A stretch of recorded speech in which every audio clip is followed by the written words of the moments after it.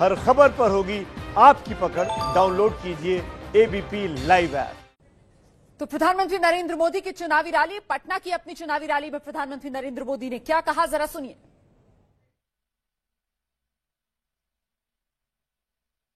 सम्राट अशोक, विश्वगुरु चाणक्य, महान गणितज्ञ आर्यभट्ट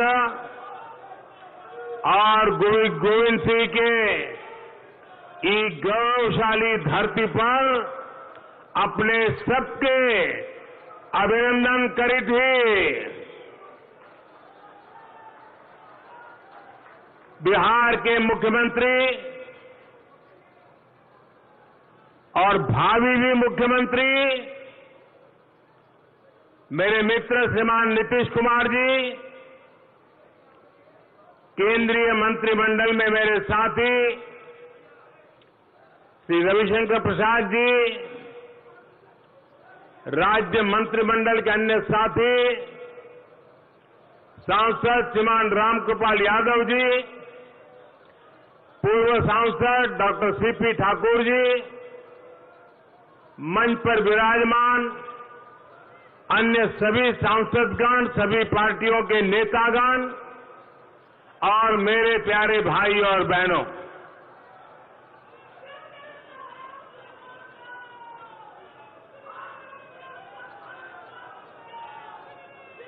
पटना,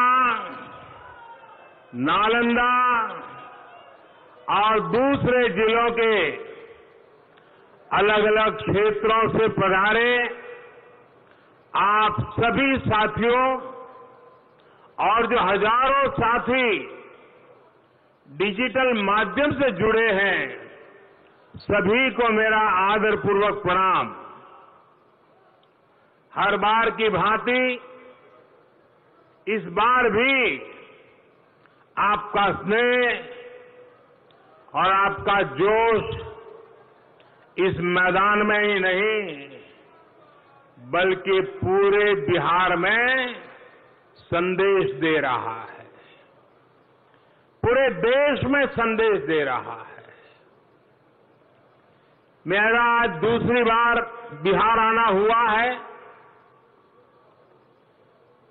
मैं जहां गया हूं ऐसा ही अद्भुत नजारा, ऐसा ही उमंग, ऐसा ही दृढ़ निश्चय मैं बिहार के लोगों में देख रहा हूं और इसलिए मैं बिहार की जनता का सर झुका करके वंदन करता हूं। भाई और बहनों, बीते 1.5 दशकों में नीतीश जी की अगुवाई में बिहार ने कुशासन से सुशासन की तरफ कदम मजबूत गति से बढ़ाए हैं। एनडीए सरकार के प्रयासों के कारण बिहार ने असुविधा से सुविधा की और अंधेरे से उजाले की ओर, अविश्वास से विश्वास की ओर, अपहरण उद्योग से अवसरों की ओर एक लंबा सफर तय किया है। लेकिन सुशासन और विकास एक निरंतर चलने वाली प्रक्रिया है। जब एक सुविधा सामान्य जन तक पहुंचती है तो फिर उससे भी ऊपर की सुविधा के लिए आकांक्षा बढ़ती है। बीते सालों में देश और बिहार के युवाओं की यही आकांक्षा और अपेक्षा बढ़ी है।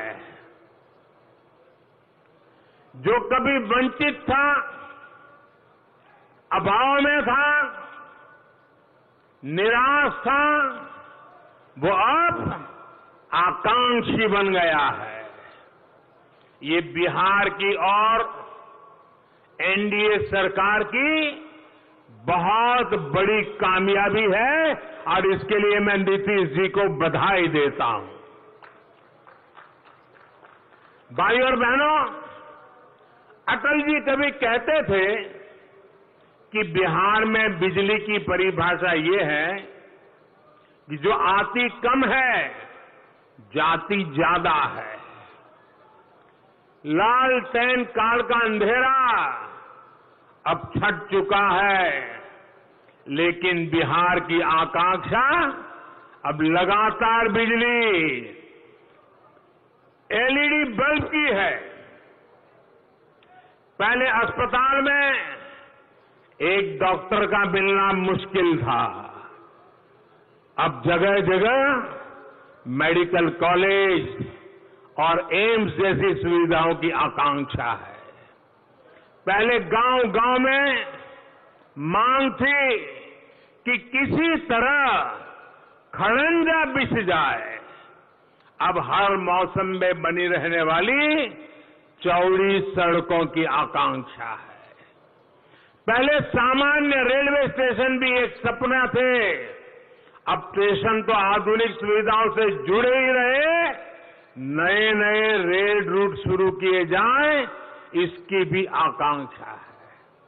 भाई और बहनों, बिहार के गरीब की आकांक्षा, बिहार के मध्यम वर्ग की आकांक्षा कौन पूरी कर सकता है?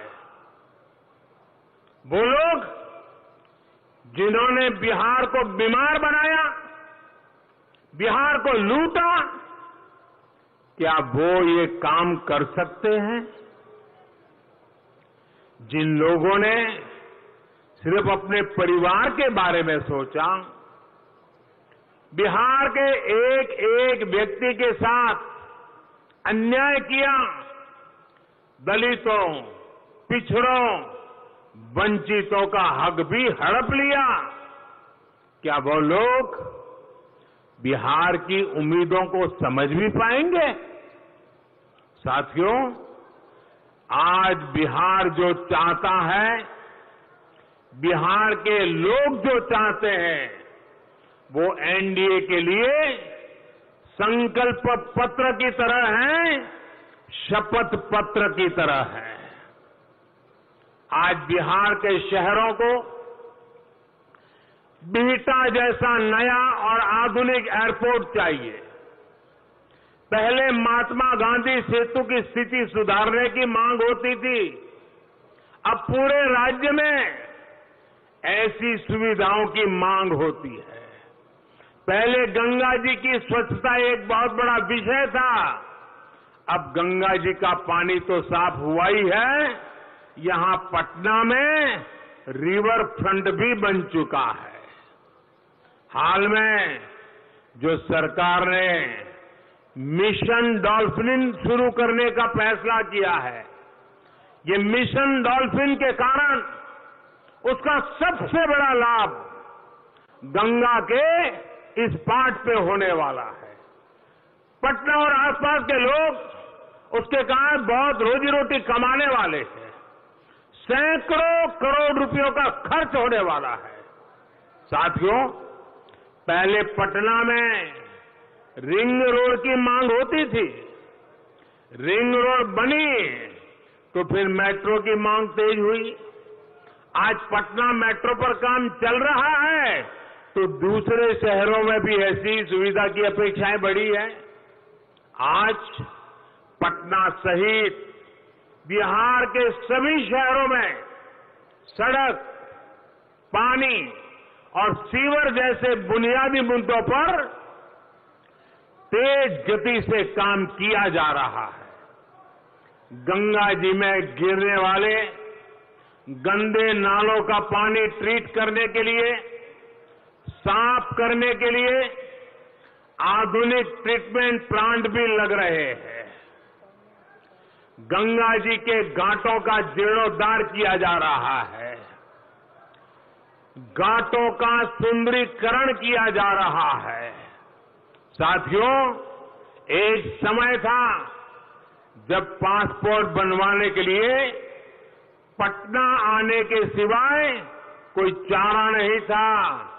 अब बिहार में 33 पोस्ट ऑफिस, पासपोर्ट सेवा केंद्र खुल चुके हैं। अब पासपोर्ट बनवाना और आसान हुआ है और ये मांग भी बढ़ी है कि और शहरों में भी ऐसे सेंटर खोले जाए। भाइयों और बहनों, बिहार के लोगों की इन अपेक्षाओं की पूर्ति अगर कोई कर सकता है तो आपको भी भरोसा है, देश को भी भरोसा है, ये सिर्फ और सिर्फ एनडीए कर सकता है। आपकी इन अपेक्षाओं की पूर्ति एनडीए के द्वारा होना तय है। आत्मनिर्भर भारत, आत्मनिर्भर बिहार के पीछे भी यही प्रेरणा है, यही प्रोत्साहन है। इस अभियान का सबसे बड़ा लक्ष्य देश के, बिहार के अपने सामर्थ्य को नई ऊर्जा देने का है। इस अभियान का लक्ष्य बिहार के युवाओं को नए अवसर देने का है, नए रास्ते दिखाने का है। इसके लिए एनडीए सरकार दिन रात काम कर रही है। बीते समय में शिक्षा से लेकर शासन तक, किसान से लेकर श्रमिक तक, ईज ऑफ लिविंग से लेकर ईज ऑफ डूइंग बिजनेस तक के लिए अभूतपूर्व रिफॉर्म्स किए गए हैं। आज 3.5 दशक बाद नई राष्ट्रीय शिक्षा नीति देश को मिल चुकी है। इस शिक्षा नीति में भाषा और अवसरों के अभाव के कारण बिहार का जो हमारा गरीब और वंचित छूट जाता था, उसको सबसे ज्यादा लाभ होने वाला है। यही नहीं, बिहार जैसे राज्यों में इंटरनेशनल इंस्टीट्यूट्स और क्वालिटी टीचर्स के लिए भी एक खाका इसमें खींचा गया है। साथियों, पढ़ाई ही नहीं, सरकारी भर्तियों में पारदर्शिता के लिए निरंतर कदम उठाए जा रहे हैं। अगर एससी एसटी के आरक्षण को 10 साल के लिए आगे बढ़ाया गया है, इसी पार्लियामेंट के सत्र में हमने समाज के प्रति सामाजिक न्याय का ये कदम उठाया है। तो सामान्य वर्ग के गरीबों को भी सामाजिक न्याय का हक है और इसलिए सामाजिक वर्ग के गरीबों को भी 10% का आरक्षण दिया गया है। केंद्र सरकार ग्रुप बी और ग्रुप सी की सेवाओं से इंटरव्यू पहले ही खत्म किया जा चुका है। वे भ्रष्टाचार का बहुत बड़ा मायाजाल था, उसे खत्म कर दिया। अब और एक बड़ा महत्वपूर्ण कदम लिया है। अब कॉम्पिटिटिव एग्जाम की व्यवस्था में भी अभूतपूर्व सुधार किए गए हैं। नेशनल रिक्रूटमेंट एजेंसी के तहत अब रेलवे, बैंक और दूसरी अनेक सरकारी भर्तियों के लिए एक ही कॉमन एंट्रेंस एग्जाम की व्यवस्था, ये बहुत बड़ा सुधार है। अलग अलग एग्जाम खत्म होने से युवाओं की ऊर्जा, कोचिंग में लगने वाला धन और समय, परेशानी, सब कुछ बहुत कम हो जाएगा। इससे भर्तियों में पारदर्शिता भी बढ़ेगी। वरना पहले तो हर एक के लिए अलग फॉर्म भरो, हर एक के लिए अलग एग्जाम दो और एक ही डेट में 2 एग्जाम आ गई तो कहां जाओ कहां न जाओ, परेशानी, ये सब अब खत्म कर दिया गया है। और अब दूर दूर तक जाना भी नहीं पड़ेगा, अपने जिले में व्यवस्था मिल जाएगी, ताकि आप हिंदुस्तान की बड़े से बड़ी किसी भी जगह पे जाना चाहते हैं, आपका रास्ता खुल जाएगा। आज आत्मनिर्भर बिहार के माध्यम से अगर भाजपा और एनडीए नए रोजगार निर्माण का रोडमैप रख रही है, तो उसके पीछे इन्हीं सुधारों का आत्मविश्वास है। साथियों, बिहार में आईटी हब बनने की पूरी संभावना है। यहां पटना में भी आईटी की बड़ी कंपनी ने अपना ऑफिस भी खोला है। सिर्फ ऑफिस ही नहीं खुला है, बिहार के नौजवानों के लिए नए अवसर भी खुले हैं। बीते सालों में दर्जन भर बीपीओ पटना, मुजफ्फरपुर और गया में खुल चुके हैं। इससे भी अनेकों युवाओं को रोजगार मिला है। मैं पटना के लोगों से जानना चाहता हूं, बिहार के लोगों से जानना चाहता हूं, क्या जंगल राज में बिहार आईटी हब बनने का सपना भी देख सकता था? मेरे प्यारे बिहार के भाइयों बहनों, पुरानी चीजें याद करके एक बात जरूर अपने मन को सवाल पूछिए, आप मन में सोचिए, जंगल राज के युवराज क्या वो बिहार को आईटी के क्षेत्र में या आधुनिकता के किसी भी क्षेत्र में आगे ले जा सकते हैं? इसका जवाब मुझसे ज्यादा बिहार की जनता जानती है। 15-15 साल तक वो जुल्म झेला है। भाइयों और बहनों, आज देश में टेक्नोलॉजी का इस्तेमाल बढ़ाने में उन लोगों की बहुत बड़ी भूमिका है जिन्हें जंगल राज के दौर में यहां से पलायन के लिए मजबूर होना पड़ा था। आज जब देश में एक नई टेक्नोलॉजी की क्रांति आ रही है, तो बिहार का युवा अपने घर पर रहते हुए भी बहुत बड़ी भूमिका निभा सकता है। साथियों, आज एनडीए सरकार का जोर है कि सरकारी सेवाओं, अरे आपका उत्साह मुझे मंजूर है भैया, मेरी आपसे प्रार्थना है, अभी काफी दिन काम करना है। साथियों, आज एनडीए सरकार का जोर है कि सरकारी सेवाओं और सरकारी सुविधाओं से कोई क्षेत्र या कोई व्यक्ति छूट न जाए। इसके लिए ज्यादा से ज्यादा टेक्नोलॉजी का उपयोग किया जा रहा है। पटना में ही शहरी गरीबों को 28,000 पक्के घर टेक्नोलॉजी के उपयोग से स्वीकृत हुए हैं। आज सैलरी हो, पेंशन हो, प्रमाण पत्र हो, स्कॉलरशिप हो, सब्सिडी हो, टैक्स हो, ऐसी सैकड़ों सुविधाएं, हर जानकारी आपके फोन पर उपलब्ध है। पूरी सरकार आपकी हथेली में है। बिहार में गांव में खुले 34,000 कॉमन सर्विस सेंटर्स, ये सुविधाएं सामान्य नागरिक को दे रहे हैं। आज व्यापार कारोबार के लिए भी ज्यादातर परमिशन ऑनलाइन कर दी गई है। सिंगल विंडो की सुविधाएं दी जा रही है। अभी सरकार ने एक और योजना शुरू की है, जिसे यहां एनडीए सरकार बनने के बाद लागू करने की पूरी तैयारी है। ये योजना है स्वामित्व योजना।